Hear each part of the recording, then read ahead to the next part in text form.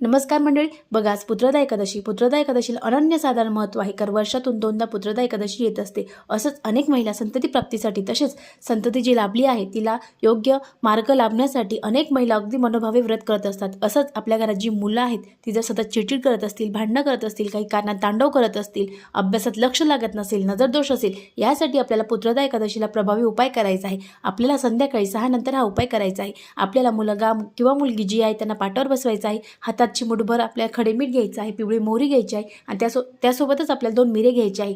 ते आपल्याला मुलावरून मुलीवरून ओवाळून टाकायचं आहे. ओवाळल्यानंतर दुसरा मुलगा आहे ते दुसऱ्या वेळेस दुसरं घ्यायचं आणि परत त्या मुलावरून किंवा मुलीवरून ते ओवाळून टाकायचं. असं केल्यानंतर आपल्या घराच्या बाहेर जेही झाड तुम्ही लावलं असेल त्या झाडाखाली तुम्हाला टाकायचं आहे. याने मुलाचा नजरदोष दूर होईल, ज्याही अडचणी आहेत त्या दूर होतील. त्याचं जर अभ्यासात लक्ष लागत नसेल तर तो जर सतत चिडचिड करत असेल या गोष्टीसुद्धा दूर होणार आहे.